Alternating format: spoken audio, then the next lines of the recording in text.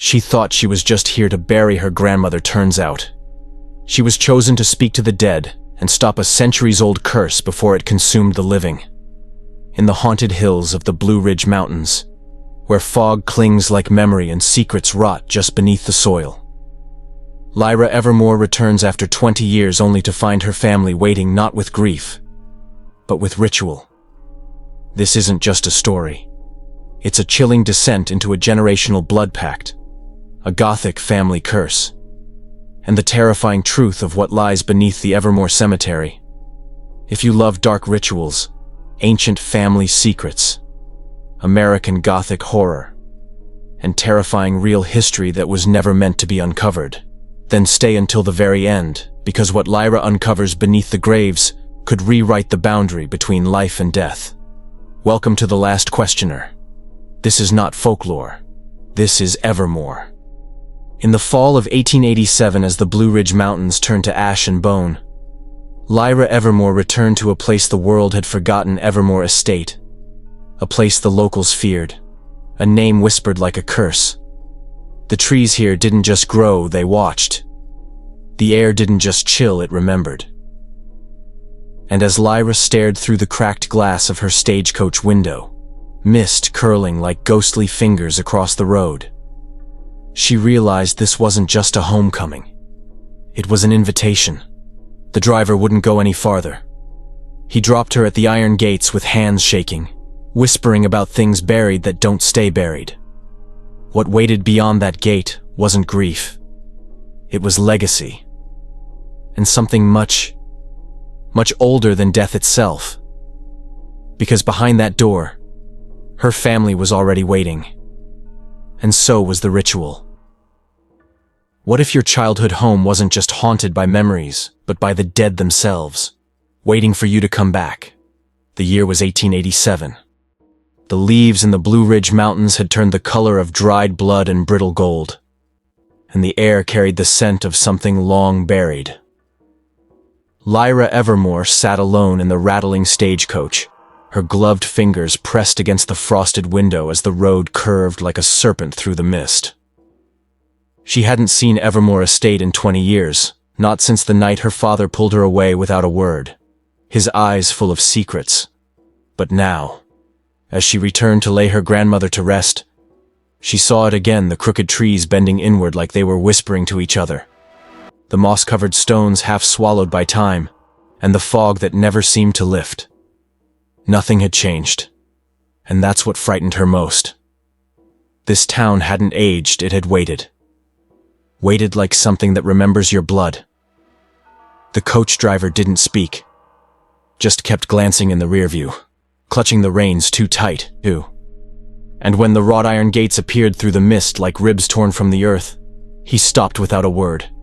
"This is as far as I go," he said, his voice barely more than a breath. Lyra stepped out, and the cold gravel crunched under her boots like bone. The moment she touched the gate, she felt it. Evermoor was awake, and it knew she was home. Nobody sane drives past those gates after dark, not unless they want to vanish like the others. The silence in the stagecoach had stretched too long, thick like the fog curling around the wheels. Lyra Evermoor finally broke it with a simple question. "How much farther to the estate?" The driver didn't answer right away. His eyes flicked toward her in the cracked mirror, and his jaw tightened as he snapped the reins a little harder than necessary. "You said Evermoor Estate, right?" he asked, voice low like a man already regretting the conversation. She nodded. That was when she noticed his knuckles white against the leather straps. He cleared his throat. "You from there?" She hesitated. "I was... a long time ago." The man let out a dry, humorless chuckle. "Figures. Folks don't go near that place unless they got blood tied to it. And even then..." He trailed off, eyes scanning the mist like something might be watching. Then he leaned slightly toward her and whispered, "They're not natural. The ones who live there haven't been for generations. You look too smart to be going back. Moments later, as the iron gates emerged from the fog like skeletal jaws, he pulled the coach to a halt. "This is as far as I go, miss." No explanation. No offer to help with her luggage. Just fear. Pure, familiar fear. She stepped out onto the frostbitten gravel, and before she could speak, the coach was already turning around, swallowed by the mist. He didn't look back once. She didn't knock. She didn't have to. The door opened like it had been expecting her, like the house remembered her blood. Before Lyra could raise her hand to the weather-worn knocker, the front door of Evermoor Estate creaked open with a groan that echoed through the cold mountain air. No footsteps. No shadow behind the glass. Just the hollow breath of a house long dormant, now awake. Standing in the doorway was Edric Evermoor, her cousin, thinner than she remembered, his once boyish face now carved by sleepless years and brittle silence. The last time she saw him, they were children running through the orchard, pretending not to hear whispers behind the walls. Now his blue eyes met hers with a flicker of something unreadable, part relief, part dread. "Lyra," he said, her name barely more than a sigh. "We weren't sure you'd come." His voice cracked, worn from disuse or something heavier. He stepped aside, gesturing for her to enter, and as she crossed the threshold, the familiar scent of Evermoor wrapped around her old wood, dried herbs, and something faintly medicinal, like a memory you can't scrub out. "We didn't think you'd answer the letter," Edric continued, his tone cautious. "But you had to know it would call you back eventually." Behind him, the house pulsed with the quiet hum of something ancient. Lyra felt it in her chest, not quite fear, but recognition, as if the walls themselves remembered every step she'd ever taken. And as the door shut behind her without a touch, she realized it was too late to turn back. She thought she came for a funeral until she realized the dead had been waiting for her return. The moment Lyra stepped inside the Evermoor house, it felt less like a home and more like a mausoleum sealed in time. The mahogany walls still whispered with oil-lamped shadows.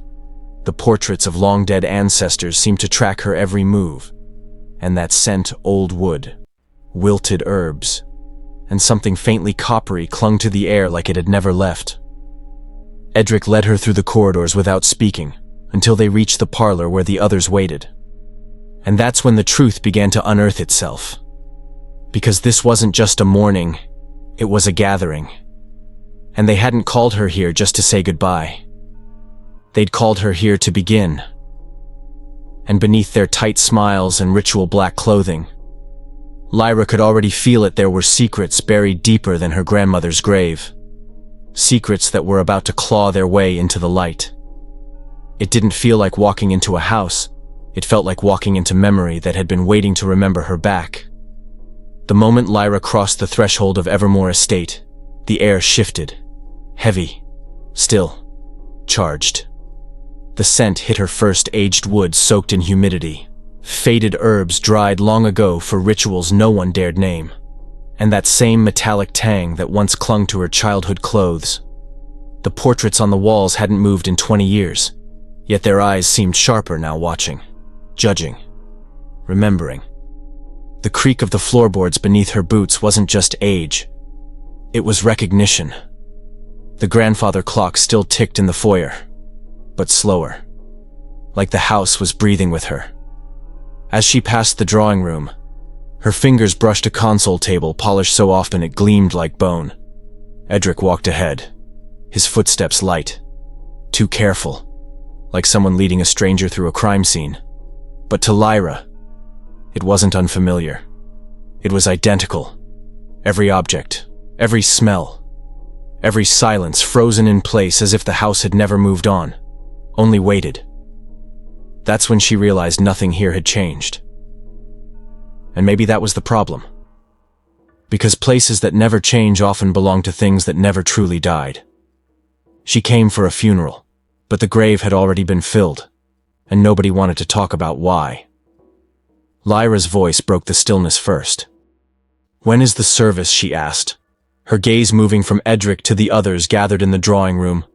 Aunt Celeste, stiff as bone china, Uncle Alaric, silent behind a glass of something darker than wine, and young Ellis, who didn't meet her eyes. The question hung for a second too long. Then Celeste replied, crisp and cold. "There was no service. Your grandmother was buried this morning." Lyra blinked. "This morning. But the telegram was sent after." Alaric interrupted, his voice like closing doors. "We needed you here for something more important." A chill swept over her. She'd traveled hundreds of miles to say goodbye. She hadn't missed the funeral. She'd been excluded from it. Lyra looked at their faces, each carefully unreadable. Not grief, not guilt, but expectation. And in that moment, she realized her presence wasn't an accident. It was a condition. One the family had been waiting to fulfill, because whatever came next required her. And only her. "You weren't summoned to mourn the dead, Lyra. You were summoned to speak with them." The words came from Alaric, measured, deliberate, and wrapped in something colder than grief. He stood from his chair with a slowness that made Lyra's skin crawl, like each movement carried the weight of generations. "You weren't brought here for a funeral," he said, stepping toward her. "You were brought here for something more important than death." The room fell silent except for the soft, rhythmic tapping of rain against the high windows. Lyra's heartbeat thundered in her ears. "What could possibly be more important than burying my grandmother?" she asked. Alaric glanced at Celeste, then Edric. No one answered. Instead, he motioned toward the window, toward the family cemetery that loomed just beyond the orchard. "The burial was only the beginning," he said. "We've disturbed the ground, but the dead don't return to silence unless their questions are answered." Lyra took a step back, confusion twisting into dread. This wasn't tradition. This wasn't grief. This was obligation, ritual, a legacy of blood, and somewhere outside, in the soil that never stopped shifting, something was already waiting to be heard. They didn't ask her to attend a funeral, they summoned her to complete a ritual. And now, the dead were stirring beneath the soil. As Lyra stepped closer to the back window, the fog outside seemed to thin just enough to reveal them freshly dug holes, gaping like open mouths in the family cemetery. The others didn't bother hiding it anymore. The truth had already begun to unravel. What they needed wasn't her grief. It was her blood. And if the ritual wasn't completed before midnight, whatever was buried out there wouldn't stay buried for long. The dead weren't just being remembered. They were being unearthed. As Lyra followed Edric down the hallway, something began to gnaw at the edges of her awareness, little details that didn't belong, like broken puzzle pieces forced into place. The ornate Persian rug, once pristine, now bore streaks of damp earth, dark and fresh. Near the back entrance, a cluster of shovels leaned against the wall tools that hadn't been used for gardening. Their metal blades were slick with wet soil, and one still dripped onto the hardwood like it had been dropped just moments ago. Then came the sound. Muffled, distant, but unmistakable.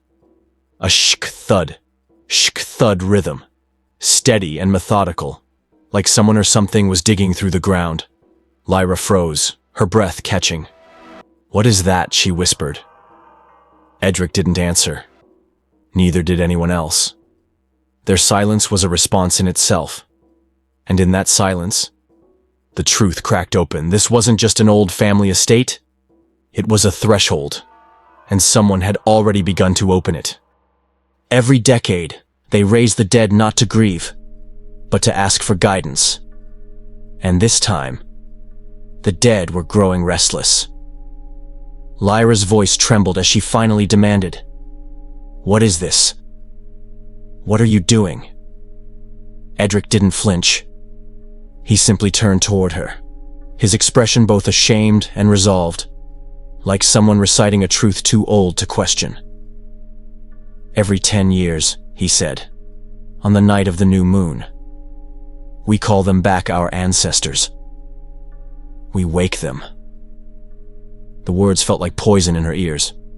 Why, she asked, though part of her already knew. To ask questions. Edric replied, "To get answers only the dead can give." Lyra stared at him, horrified. "You're talking about necromancy. We're talking about survival," he snapped. "Evermoor has endured war, famine, betrayal because we've never made important decisions without consulting those who came before us. Their wisdom. It's how we've lasted." A low rumble echoed from beneath the floorboards, as if the house itself had opinions on the matter. Lyra backed away slowly. This wasn't just a ritual, it was a covenant. One carved in death, sealed in blood. And now, it was her turn to uphold it. She hadn't just been invited back, she'd been chosen before she ever drew breath. Lyra's pulse pounded in her ears as Edric opened an old ledger, its cracked spine groaning under the weight of centuries. He turned the pages with trembling fingers until he stopped at one marked with a faded red ribbon. There, written in looping ink older than her parents, was her name, Lyra Evermoor, designated questioner. Her knees nearly buckled. "What is this?" she breathed. Edric looked up, eyes shining with something between sorrow and inevitability. "It means this role was never optional. The questioner is the one who bridges the veil, who speaks with the awakened, and this decade, it's you." Lyra stumbled back, the title echoing in her mind like a curse. The questioner. Not guest, not mourner, not even family. She had been summoned to stand alone before the dead, to ask, to listen, to survive. "Why me?" she whispered. Edric's voice softened, but the answer cut deep. "Because blood doesn't forget. Lyra. It remembers before you even exist. And now, it demanded she fulfill a destiny written long before she ever learned how to run from it. She wasn't just expected to talk to the dead, she had to survive them." As the clock crept toward midnight, the house seemed to shift in its bones. The walls breathed heavier. The lights dimmed, not from lack of oil, but as if shadows themselves were leaning in. Lyra was no longer a visitor, she was becoming the ritual. And with every step toward the cemetery, the veil thinned, and the dead waited to be heard. What they would say or demand was no longer a mystery. What mattered now was whether she would survive hearing it. This wasn't a seance. It was a contract with rules written in blood, and consequences etched in screams. In the flickering lamplight of the Evermoor library, Lyra was handed a book. No, a weapon disguised in parchment, bound in cracked leather that smelled of age and ash. Its pages were stiff with dried stains that looked disturbingly like blood. The title embossed in faded gold, The Protocol of the Questioner. Each page pulsed with warnings dressed as instructions. Speak only in the designated order. Never turn your back. And above all, do not let them touch you.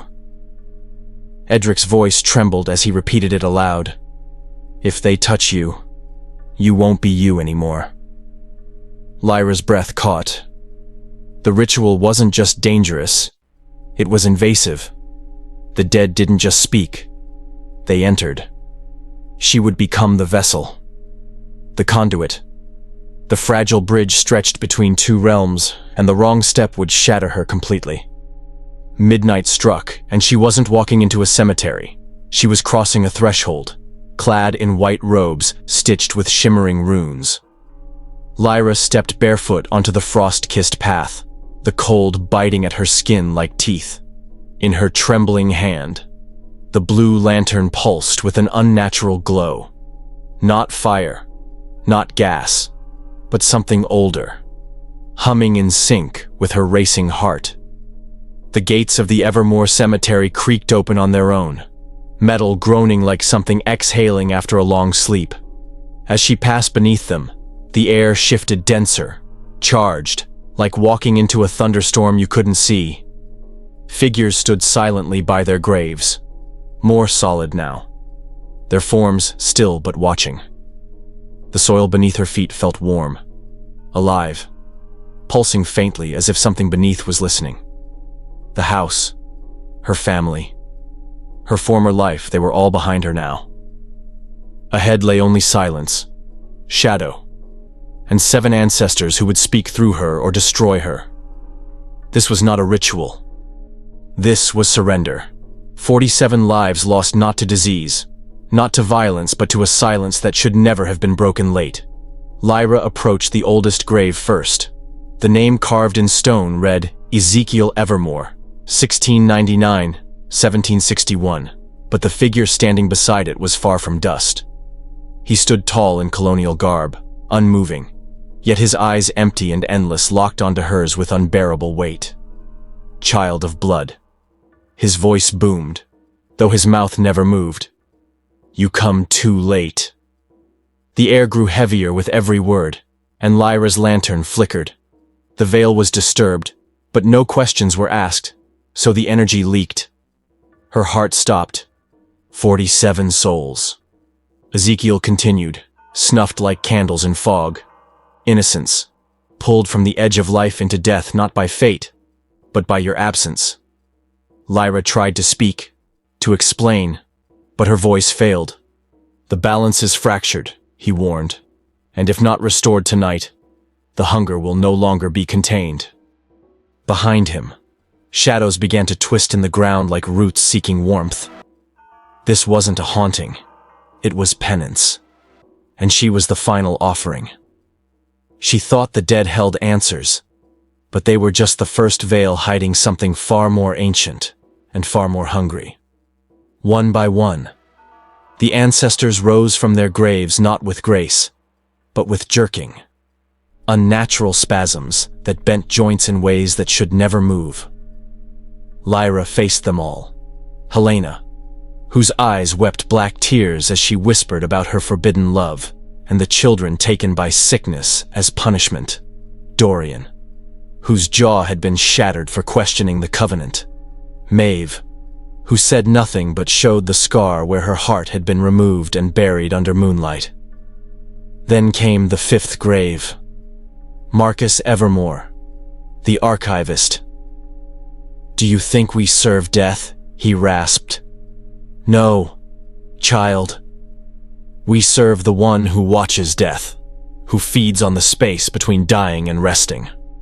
He leaned forward, and though his face was half rotted, his voice was clear. Its name is Vael'Zhar. It is not a ghost. It is not a god. It is hunger with memory. The temperature dropped. Lyra's breath fogged in the air. She had been summoned not to honor her ancestors, but to feed what even death fears. Some legacies offer gold. Hers offered damnation or a chance to break the wheel. As the final ancestor faded into the mist, Lyra stood alone beneath the twisted trees, the blue lantern now dimming as if afraid to witness what came next. Their voices still echoed in her head, warnings, regrets, unbearable truths. Vael'Zhar was awakening. The ancient pact, once meant to protect, had become a curse that demanded more with every passing decade. Edric's voice had trembled earlier. You can finish the ritual. Reset the cycle for 10 more years. Let the next one suffer.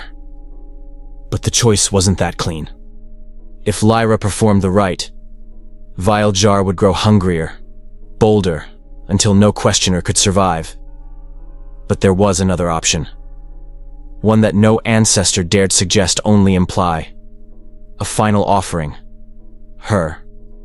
A soul given freely. Not consumed in ritual, but surrendered to end it. Forever. The price, eternal service. conscious, but no longer alive. Guardian of the threshold. The last voice Vael'Zhar would ever need. Her knees shook. Her pulse slowed. This wasn't just a choice, it was the severing of a bloodline. The end of an inheritance soaked in fear. The question was no longer what Vael'Zhar wanted, but what Lyra was willing to become. She walked into the darkness so others could live in the light, but the cost was her soul. As the first rays of dawn crept over the tombstones, silence fell across Evermoor Cemetery. Not peace, but the silence of a choice fulfilled. No screams, no rupture in the sky, just stillness, as if the land itself held its breath. The cycle was broken, but not without a price, and what Lyra chose next would echo for centuries. You've never seen horror until you've looked a god in the eyes and watched it change its face into yours. From the heart of the cracked earth. Vael'Zhar rose towering nearly 20 feet tall, a silhouette forged from nightmares and forgotten time. Its form shifted constantly, never settling one moment a weeping child, the next a serpent made of bone and ash, then something entirely inhuman, all mouths and writhing limbs, the sky above warped, colors bleeding into each other like spilled oil as the wind itself seemed to retreat. Every step it took made the headstones rattle, made Lyra's breath catch in her throat, and then it spoke not with a voice, but with presence, the kind that presses against your skull and replays every memory you've buried deep. The covenant is fractured, the debt is due, one soul, or all. Its gaze, or what resembled a gaze, locked on her, burning with hunger older than death itself. All around her, the air vibrated with ancient judgment. Lyra realized then there would be no pleading, no bargaining, only surrender, or ruin. She didn't beg for her life, she bargained with death itself, and made it listen. Lyra stood firm, trembling but unbroken, as the monstrous presence of Vael'Zhar loomed above her like a thundercloud carved from bone and silence. The entity pulsed with ancient rage, but she raised her voice above the void, cutting through its weight like a blade. I'll give myself to you willingly. My soul, my body, my mind. But you will stay here. Forever. You will not cross this gate. You will not touch my bloodline again. The words echoed like a sacred vow, vibrating through the cracked earth and across the tombstones that had seen centuries of servitude. Vael'Zhar stilled. For the first time, it hesitated, as if stunned by the audacity of her demand. Then, slowly, it shifted its face, forming 1,000 eyes, each reflecting a different version of her. Terms accepted. The ground roared in agreement, but not triumph. It was the sound of a pact forged not out of weakness, but of defiant sacrifice. Vael'Zhar did not speak like men speak. Its voice was a tremor in the marrow, a whisper beneath thought itself. Yet when it responded, the world stilled. You will not be consumed. You will be preserved. As the boundary, as the blade, as the eye between worlds. You are the guardian eternal. Lyra's breath hitched as the words burned themselves into the fabric of reality, branding her not with fire, but with purpose older than history. Around her, the mausoleum stones shimmered with spectral light, the soil of the graveyard sealing as if recognizing a sacred contract fulfilled. Her mortal fear didn't vanish, but it changed shape, becoming resolve. Vael'Zhar, now contained, began to sink into the earth like fog through cracks, its final gaze fixed on her with something like reverence. She had rewritten a curse into a covenant. And though the price was her eternity, it was also her legacy. Behind her, unseen by the living, the spirits bowed not in horror, but in solemn gratitude. The cycle was broken. The gate was closed. and Lyra stood alone as the last sentinel. Lyra turned toward the darkened crypt, the flickering blue lantern trembling in her grip as if it, too, understood what was to come. The wind had stopped. The fog stood still. No voices urged her. No hands held her back. Her family, the blood that summoned her, watched in silent reverence, their faces pale, eyes hollow with awe and shame. Each step she took was swallowed by shadows deeper than night, each breath thinner, colder, heavier. When she crossed the threshold, a shudder rippled through the earth. The lantern went out. In that breathless silence, her soul was drawn, not torn into the void, like silk unraveling from bone. There was no scream, no resistance, only surrender. The crypt sealed itself behind her with a sigh of ancient stone. No one moved. No one dared speak. She had become myth before their eyes. Lyra, the last of her line, was now the boundary between the world and the thing beneath it. And the world would never remember her name, but the earth, the bones, and the silence would, forever. By morning, the fog had lifted from Evermoor, but not from their hearts. Where Lyra had vanished, now stood a new tombstone of obsidian, smooth and cold, with a single line etched in silver that shimmered against the morning light: Lyra Winecrest, guardian eternal. She stood so others would not fall. No one confessed to placing it there. No stonecutter remembered carving it. Yet it pulsed with a strange warmth, as if the earth itself had honored her. The curse was broken. Her family, once shackled to a cycle of dread, were now released. But they didn't celebrate. They whispered. They wept. And they remembered. Legends spread beyond Evermoor, across towns, then coasts. Tales of a woman who gave everything to hold back what should never return. School children would dare each other to speak her name at midnight. Scholars would seek the truth behind her myth, and in every shadow, in every graveyard breeze, the world would still feel her presence, not as fear, but as the silence between life and death. A silence she now kept, alone, forever. So now you know the truth buried beneath Evermoor's silence, the kind of truth that leaves more questions than answers, that chills deeper than ghost stories and lingers longer than fear. Would you choose to carry a legacy like Lyra's?